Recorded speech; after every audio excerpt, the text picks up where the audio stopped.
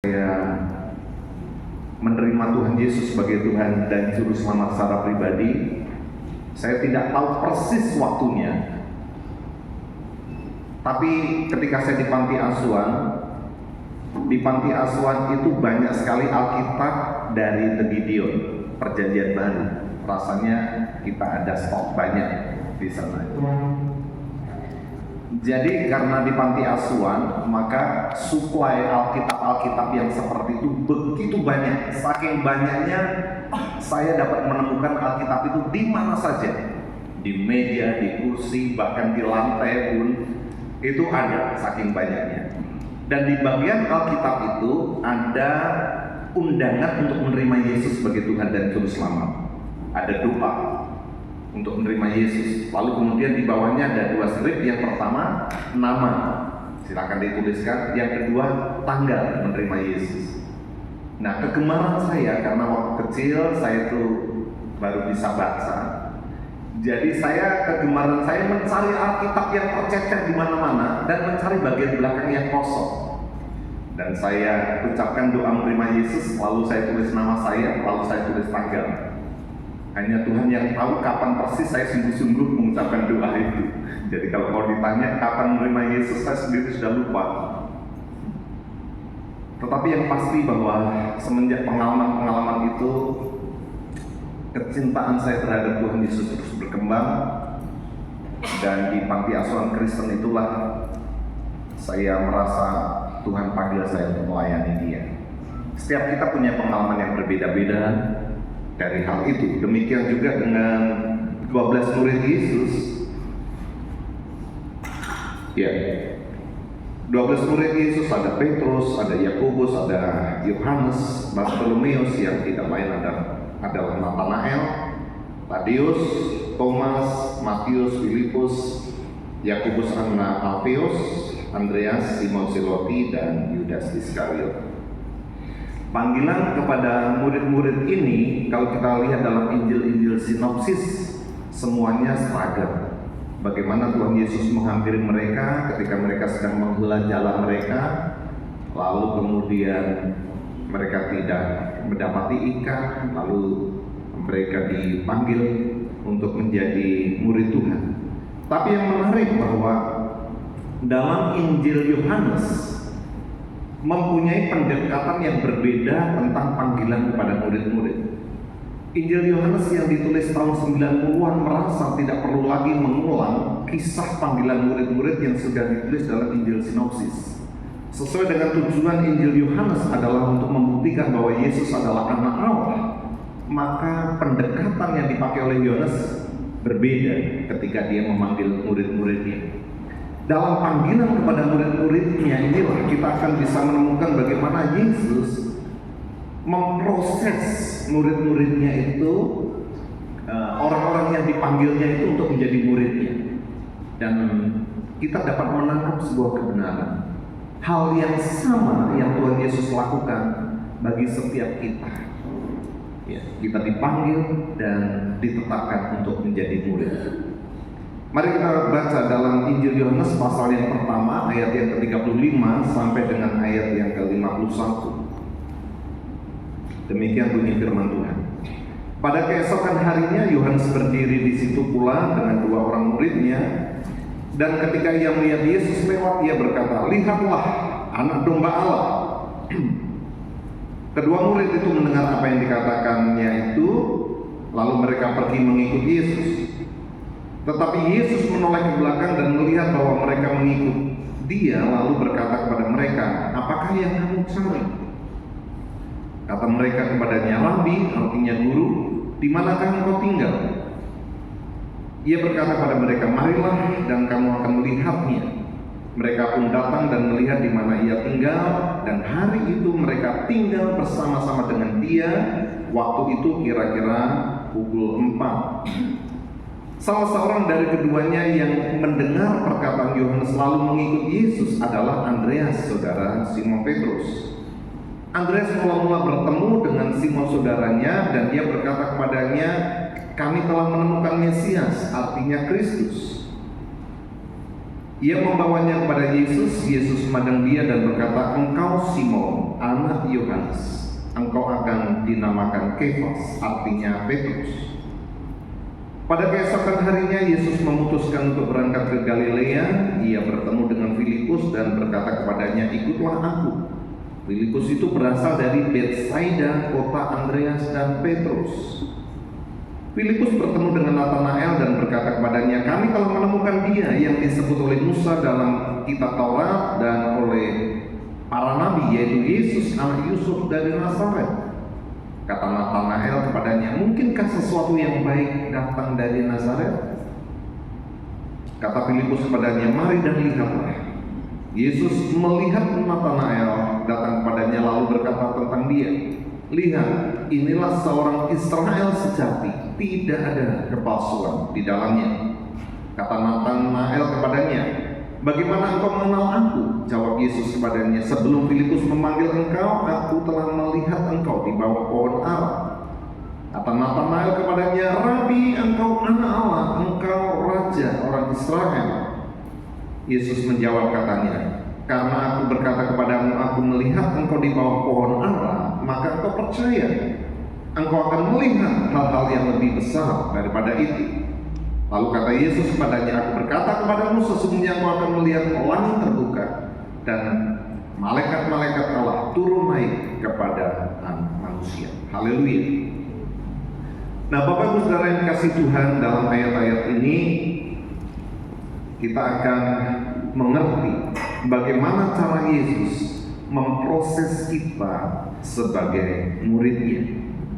Yang pertama adalah Yesus mengundang kita untuk tinggal dengannya. Kebenaran ini dapat kita lihat di dalam ayat yang ke-38. Tetapi Yesus menoleh ke belakang, ia melihat bahwa mereka mengikut dia, lalu berkata kepada mereka, apakah yang kamu cari? Kata mereka kepadanya, Rabi, artinya guru, di manakah engkau tinggal?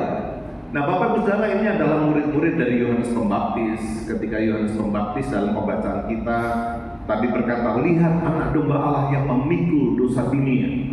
Maka murid-murid Yohanes Pembaptis yang mendengar perkataan Yohanes Pembaptis itu segera meninggalkan Yohanes dan kemudian mengikuti Yesus. Yesus melihat mereka dan Yesus berkata, di manakah engkau tinggal? Lalu kemudian Yesus mengundang mereka untuk tinggal bersama-sama dengan dia. Nah, ini menarik ya. Mungkin mereka ingin lebih banyak waktu dengannya daripada yang dapat disediakan oleh perbincangan di pinggir jalan. Menurut catatan dari Leon Morris, bahkan Calvin memberikan komentar, kita seharusnya tidak merasa puas dengan pandangan sekilas saja, tetapi kita harus mencari kediamannya sehingga ia dapat menerima kita sebagai tamu. Karena ada banyak sekali orang yang mencium Injil dari jauh saja, dan dengan demikian membuat Kristus tiba-tiba menghilang dan semua yang telah mereka pelajari tentang dia berlalu begitu saja. Artinya ini bukan dorongan dari murid-muridnya, guru, di mana engkau tinggal? Lalu kemudian Yesus mengundang, mari tinggallah bersamaku. Ini bukan obrolan di pinggir jalan. Murid-murid ini ingin mengenal Yesus dengan lebih dalam lagi. Dan undangan Yesus untuk tinggal bersama-sama dengan dia menunjukkan sebuah hubungan yang lebih dalam daripada sekedar pengenalan yang sepintas. Calvin mengingatkan, ada banyak orang Kristen yang mengenal Yesus hanya sepintas saja. Itulah sebabnya tidak terjadi apapun dalam kehidupan orang Kristen. Tinggal di dalam Yesus akan menjamin kita dapat berbuah banyak. Dikatakan dalam Yohanes pasal 14 ayat 4-5, tinggallah di dalam aku dan aku di dalam kamu, sama seperti ranting tidak dapat berbuah dari dirinya sendiri kalau ia tidak tinggal pada pokok anggur. Demikian juga kamu tidak berbuah kalau kamu tidak tinggal di dalam aku. Akulah pokok anggur dan kamulah ranting-rantingnya. Barang siapa tinggal di dalam aku dan aku di dalam dia, ia berbuah banyak, sebab di luar aku kamu tidak dapat berbuat apa. Beberapa waktu ini viral sekali, khususnya bagi saudara yang mengikuti medsos dan suka dengan konten-konten Kristen. Ada seorang wanita di podcast, dia berkata demikian, anak-anak muda, berikan waktu 2 jam dalam sehari untuk engkau bersama-sama dengan Yesus. Dan kemudian kembalilah kepada saya 5 tahun lagi. Tidak mungkin engkau akan menjadi biasa-biasa saja. Seseorang yang menyediakan waktu, tinggal di dalam Kristus, tinggal di dalam firman-Nya, intim dengan Tuhan, tinggal dalam hadirat Tuhan, tidak mungkin biasa-biasa saja. Sesuatu yang besar pasti terjadi dalam hidupnya. Saudara para mahasiswa, dorongan saya, tinggal di dalam Kristus, intimlah dengan Kristus, kariblah dengan Kristus, nikmati persekutuan yang mendalam dengan Kristus, maka Tuhan akan memakai kita menjadi amat kemuliaan-Nya. Tinggal di dalam Kristus juga membuat kita akhirnya mengenal Dia dengan benar. Percakapan Yesus dengan murid-muridnya dalam Matius pasal 16 ayat 13 sampai 16 berkata demikian. Setelah Yesus tiba di daerah Kaisarea Filipi, Ia bertanya kepada murid-muridnya, "Kata orang, siapakah anak manusia itu?" Jawab mereka, "Ada yang mengatakan Yohanes Pembaptis, ada juga yang mengatakan Elia, dan ada pula yang mengatakan Yeremia atau salah seorang dari para nabi." Lalu Yesus bertanya kepada mereka, "Tetapi apa katamu? Siapakah aku ini?" Maka jawab Simon Petrus, "Engkau adalah Mesias, Anak Allah yang hidup." Jawaban Petrus ini setelah sekian lama Petrus tinggal bersama-sama dengan Kristus, sehingga Petrus mempunyai pengenalan yang benar tentang siapa Tuhan. Orang mungkin berpendapat bahwa Yesus itu adalah Yohanes Pembaptis yang telah dipenggal tapi kemudian bangkit lagi. Orang mungkin mengatakan bahwa Yesus itu adalah Elia atau Yeremia atau salah seorang nabi yang telah dibangkitkan.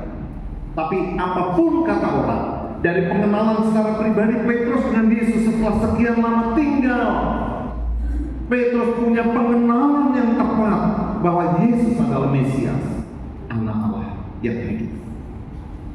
Hari-hari ini kita lihat ada banyak juga seorang tokoh artis yang kemudian menjadi mualaf. Deddy Corbuzier salah satunya, baru-baru ini Robin Onsu yang memutuskan menikah dengan Desi Ratnasari dan kemudian menjadi mualaf. Saya yakin dan teramat yakin seseorang yang meninggalkan imannya adalah seseorang yang tidak punya pengenalan yang benar dengan Yesus, seseorang yang tidak tinggal di dalam Kristus, sehingga dengan mudah dia dapat melepaskan imannya. Apakah ini relevan bagi kita yang sudah sekolah teologi? Bisa jadi. Saya punya rekan wisuda bersama-sama dengan saya. Pada waktu dia sharing sebelum acara wisuda, dia menceritakan tentang bagaimana dia menghadapi orang tuanya. Dia dikurung bersama dengan pacarnya, dipaksa kembali ke agama Hindu, sampai Dr. Prisma Lantika meneteskan air mata. Tapi beberapa waktu kemudian kami mendengar kabar bahwa benar-benar dia kembali ke dalam agama Hindu dan kemudian meninggalkan Tuhan. Saya yakin bahwa meskipun dia adalah mahasiswa teologi, tapi pengenalannya hanya sebatas di pinggir jalan, tidak tinggal bersama dengan Yesus, tidak intim dengan Yesus, tidak karib dengan Yesus. Itulah sebabnya ini relevan bagi saudara semua. Kalau saudara punya kedekatan dengan Yesus, hubungan yang karib dengan Tuhan, mustahil engkau akan meninggalkan iman. Engkau akan kokoh, bahkan tantangan apapun, tawaran apapun yang akan diberikan kepadamu, engkau tidak akan goyah. Amin. Itu sebabnya tinggal di dalam Yesus. Jadi Tuhan ingin kita punya pengalaman pribadi dengannya, tinggal di dalam Dia, tinggal dalam firman-Nya, tinggal dalam persekutuan karib dengannya, bukan mengenal sambil lalu saja. Yang kedua, Bapak Saudara, Yesus mendorong kita untuk menceritakan tentang Dia. Saya melihat ada sebuah mata rantai yang menarik dalam bagian yang diceritakan oleh Rasul Yohanes ini. Dalam ayat 40, salah seorang dari keduanya yang mendengar perkataan Yohanes lalu mengikut Yesus adalah Andreas, saudara Simon Petrus. Lihat ayat selanjutnya. Andreas mula-mula bertemu dengan Simon saudaranya dan dia berkata kepadanya, kami telah menemukan Mesias, artinya Kristus. Jadi yang pertama datang itu adalah Andreas. Lalu kemudian Andreas menceritakan pengalaman pribadi dia dengan Kristus itu kepada saudaranya Simon Petrus. Sehingga akhirnya Simon Petrus pun menjadi murid Tuhan. Ayat 42. Ia membawanya kepada Yesus. Yesus memandang dia kepada Simon Petrus dan berkata, engkau Simon anak Yohanes, engkau akan dinamakan Kefas, artinya Petrus. Selanjutnya, pada keesokan harinya Yesus memutuskan untuk berangkat ke Galilea. Ia bertemu dengan Filipus dan berkata kepadanya, ikutlah aku. Filipus itu berasal dari Betsaida, kota Andreas dan Petrus. Narasi ini mengungkapkan bahwa Filipus mendengar tentang Yesus dari Andreas dan Petrus karena mereka berasal dari kota yang sama, yaitu kota Betsaida. Jadi ada sebuah mata rantai, satu orang menarik yang lain, satu orang menarik yang lain. Karena ketika orang itu berjumpa dengan Yesus, tinggal dengan Yesus, mengenal bahwa Yesus adalah juru selamat, tidak mungkin dia akan sembunyikan. Dia akan ceritakan itu kepada yang lain. Ayat 45, Filipus bertemu dengan Natanael dan berkata kepadanya, kami telah menemukan dia yang disebut oleh Musa dalam kitab Taurat dan oleh para nabi, yaitu Yesus, anak Yusuf dari Nazaret. Kali ini bertemu dengan seseorang yang sangat logik, berpikir rasionalis, dan dia adalah seorang yang pelajar. Dia sudah membaca banyak kitab suci. Itu sebabnya Natanael merespon. Kata Natanael kepadanya, mungkinkah sesuatu yang baik datang dari Nazaret? Sejauh pemahaman dia, sejauh pembelajaran dia, tidak ada yang baik dari Nazaret. Bapak Ibu, saya punya buku judulnya Yesus Sang Radikal. Salah satu babnya adalah tentang Nazaret. Bagaimana keadaan Nazaret itu? Nazaret itu mungkin seperti, mohon maaf kalau saya salah, kalau ada sebuah kota di Pulau Bali ini yang dipandang paling terbelakang, kasar, tutur bahasanya itu kota mana ya? Bukan saya yang mengucapkan. Jadi kalau direkam bukan saya yang mengucapkan. Oh, salah Karangjohan. Jadi ada, pokoknya ada daerah. Nah, yang paling terbelakang, yang paling kasar tutur bahasanya, kalau itu di Palestina adalah Nazaret. Itu sebabnya Natanael berkata, apakah mungkin ada yang baik dan penasaran? Tapi meskipun dia masih skeptis, tetap saja dia memenuhi undangan Filipus untuk datang. Dan kemudian dia berjumpa dengan Yesus. Ini adalah sebuah mata rantai yang tak terputus. Jadi jangan biarkan berita tentang Yesus itu berhenti di Anda. Dari mana saudara mendengar tentang Yesus?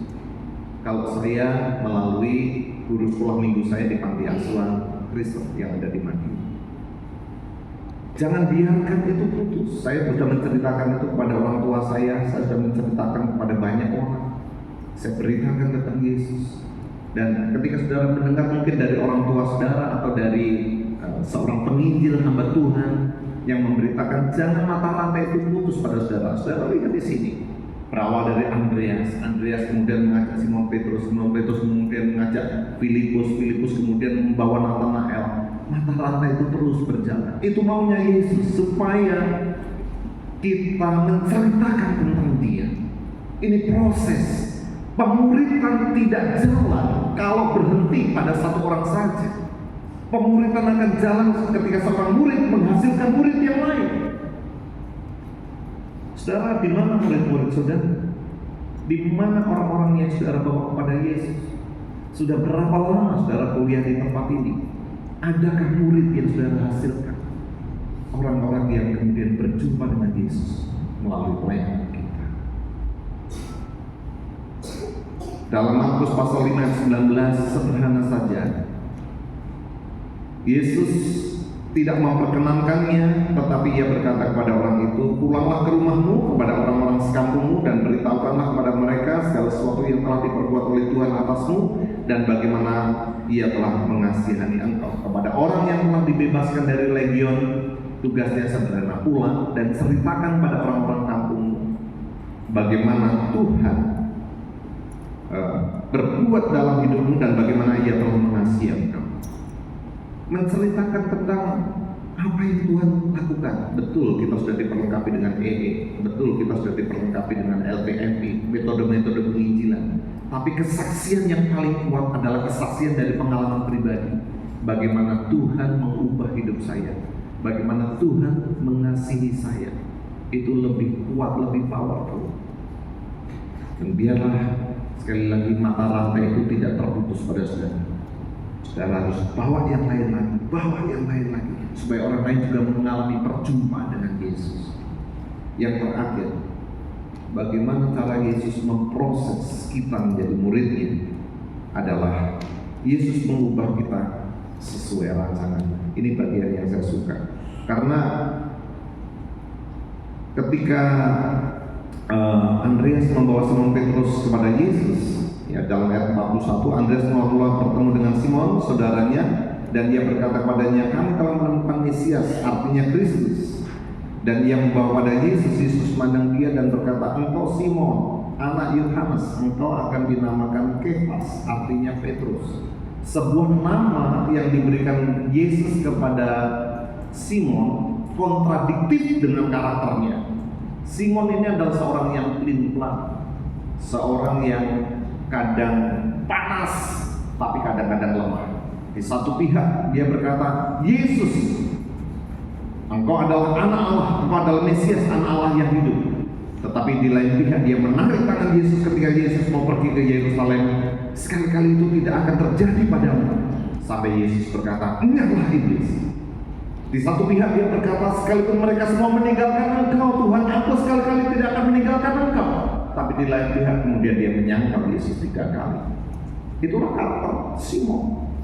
Sedangkan arti dari Petrus itu adalah batu karang.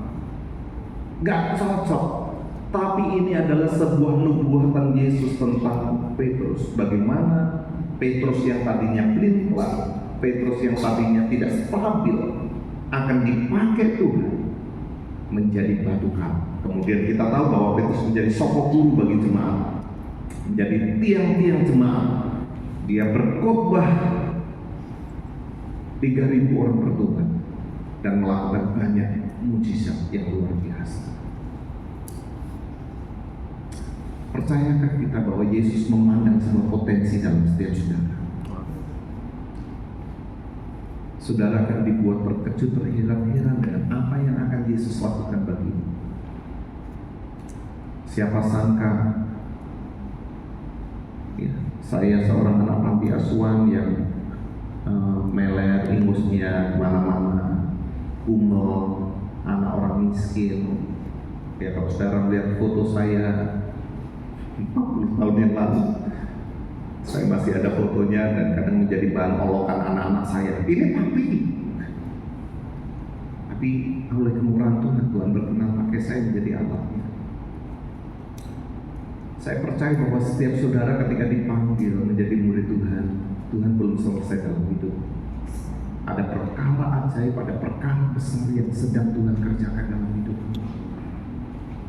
Tuhan memproses kita sesuai dengan rancangannya. Petrus berubah dari seorang yang pelin-pelan, yang berbicara terlebih dahulu baru berpikir kemudian, menjadi seorang pemimpin yang solid dan setia di dalam gereja mula-mula, berbicara dengan berani sehingga 3.000 orang bertobat dan menerima Yesus sebagai Tuhan dan Juru Selamat. Dan kemudian dia menjadi sokok guru. Yang kedua adalah dari teks yang kita baca, Natanael. Kata Natanael kepadanya, bagaimana engkau mengenal aku? Jawab Yesus kepadanya, sebelum Filipus memanggil engkau, aku telah melihat engkau di bawah pohon ara. Ini menarik kalau saudara perhatikan pohon ara. Satu keunikan yang ada di Israel bahwa pohon ini rimbun sekali daunnya, dan daunnya itu bahkan menutupi sampai batangnya, sehingga seseorang bisa duduk di bawah pohon ini. Dia bisa memperhatikan orang yang berjalan lalu lalang, tapi dia sendiri tidak bisa kelihatan. Makanya di bawah pohon ara adalah tempat yang sangat baik untuk orang belajar. Itu kegemaran Natanael. Dia selalu berada di bawah pohon ara, dia membaca kitab suci, dia menyelami tentang siapa Mesias itu sesungguhnya. Dan Yesus berkata, orang lain tidak melihat engkau, tapi aku sudah melihat engkau di bawah pohon ara. Lalu apa reaksi dari Natanael? Kata Natanael kepadanya, Rabi, engkau anak Allah, engkau raja orang Israel. Lalu kata Yesus menjawab katanya, karena aku berkata kepadamu, aku melihat engkau di bawah pohon ara, maka engkau percaya. Engkau akan melihat hal-hal yang lebih besar daripada itu. Menarik. Natanael seorang yang serba logik, selalu percaya ketika ada bukti. Tapi di tangan Yesus, ketika dia dipanggil menjadi muridnya, Tuhan memproses dia menjadi pribadi yang sesuai dengan kehendaknya. Natanael yang kita kenal kemudian adalah Bartolomeus, adalah seorang yang tetap setia sampai akhir. Dia ada pada hari Pentakosta, dan kemudian menurut tradisi ia melayani di Persia, di India, bahkan kemudian dia menjadi martir di Armenia dalam pemberitaan Injil yang ada di sana. Tuhan pakai dia melihat perkara-perkara yang besar dalam hidupnya, dipakai ke berbagai negara, ke berbagai benua untuk pemberitaan Injil Tuhan. Saya tutup dengan statement dari Max Lucado. Tuhan mengasihi kita apa adanya, tetapi Ia menolak membiarkan kita seadanya. Ia akan mengubah kita menjadi seperti Kristus. Tuhan tidak memandang latar belakangmu. Tuhan tidak melihat keadaanmu saat engkau dipanggil menjadi muridnya. Tapi Tuhan belum selesai dengan hidupmu. Tuhan masih berurusan dengan hidupmu. Tuhan akan memproses engkau, membentuk engkau menjadi seperti Yesus. Ini indah. Karena itu berikan diri kita untuk diproses menjadi murid Yesus. Bagaimana cara Yesus memproses kita menjadi muridnya? Yesus mengundang kita tinggal bersama. Milikilah persekutuan yang intim, yang karib dengan Tuhan. Jadikan firman Allah bukan sebatas untuk akal kita, tapi alami proses perubahan itu melalui perenungan dan pembacaan firman Tuhan. Yang kedua, Yesus mendorong kita menceritakan tentang Dia. Jangan mata rantai itu putus pada saudara. Jangan biarkan pengalaman saudara berjumpa dengan Tuhan itu menjadi pengalaman pribadi saudara saja. Banyak orang lain yang ingin punya pengalaman itu, bagikan, ceritakan itu kepada orang lain. Dan Yesus mengubah kita sesuai dengan rancangannya. Sekali lagi, Allah masih belum selesai dengan kamu. Allah melihat potensi yang besar. Allah siapkan rencana yang jauh lebih besar daripada yang pernah kita bisa bayangkan atau pikirkan. Berilah diri untuk diproses sebagai murid Tuhan. Tuhan Yesus memberkati. Mari kita tunduk kepala.